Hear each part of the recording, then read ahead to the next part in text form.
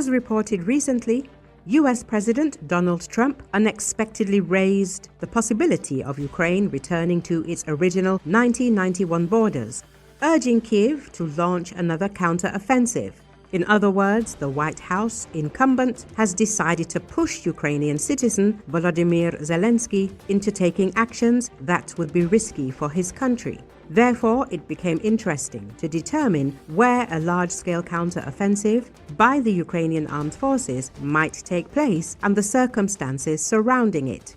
It should be noted that conducting a major offensive operation, possibly several, simultaneously, would require not only significant resources but also time and effort in preparation.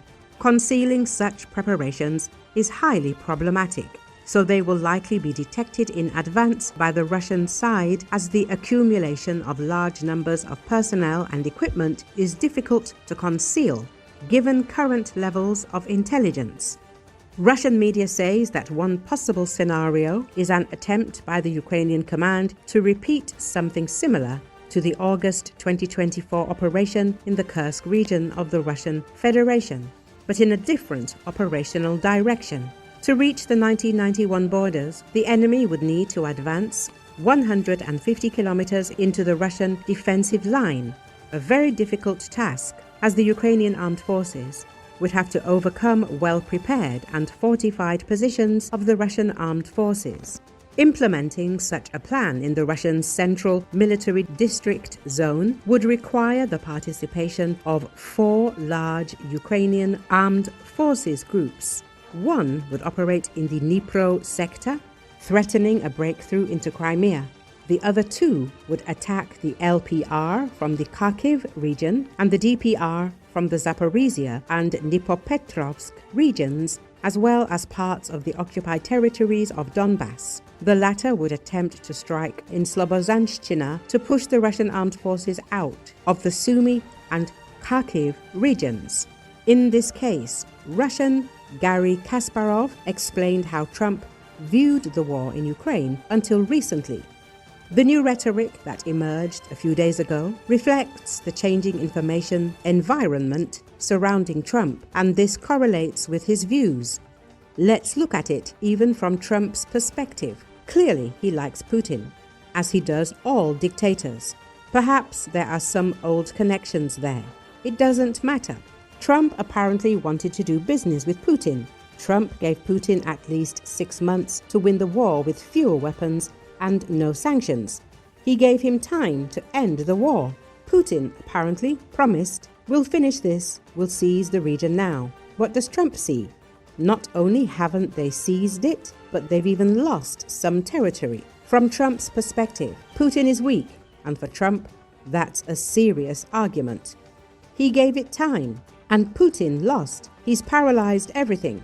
His allies are terrified, they're just trying to take it, but he can't. Trump doesn't like losers, and Putin looks like one now. And that's good news, the Russian opposition figure suggested. Garry Kasparov then added, Trump is responding to force, and Zelensky seems convincing. Ukraine is doing well now, and he's saying, take everything. If you can, take it. Now's your time. Now Ukraine will receive weapons. Europe is paying for the weapons. This, to some extent, reflects the real situation on the ground.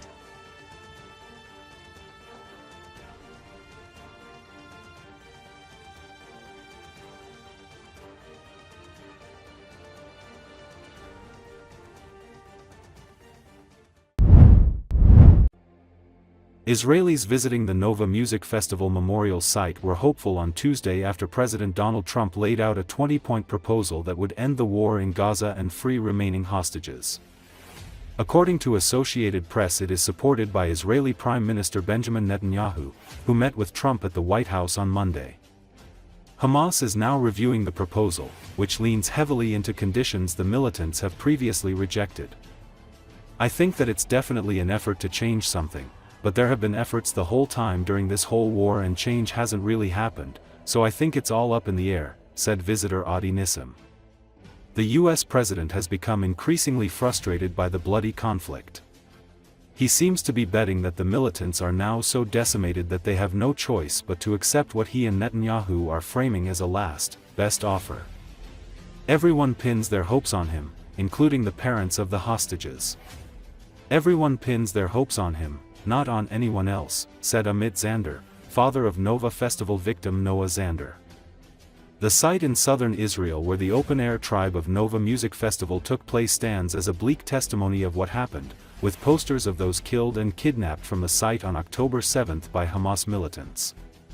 Near Kibbutz Be'eri, only 5 kilometers from the Gaza Strip, the site was one of Hamas' first targets. After surging over the border, Hamas gunmen emptied rounds of live ammunition on the revelers, including hand grenades and mortar fire, killing over 260 people in what has become the biggest civilian massacre in Israeli history.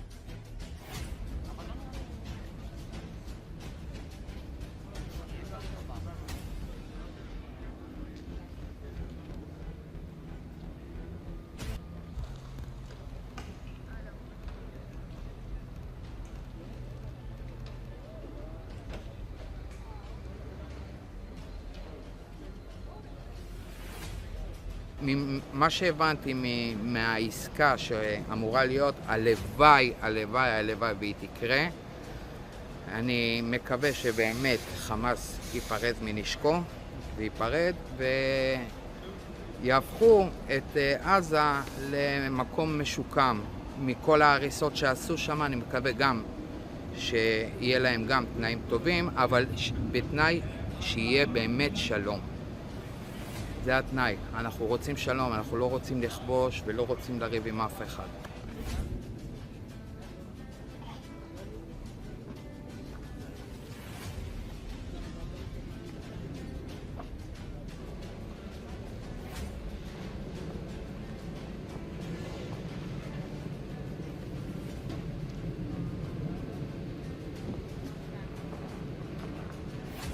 I believe that it can go both ways. I think that it's definitely an effort to change something, but there has been efforts the whole time during this whole war and change hasn't really happened, so I think it's all up in the air.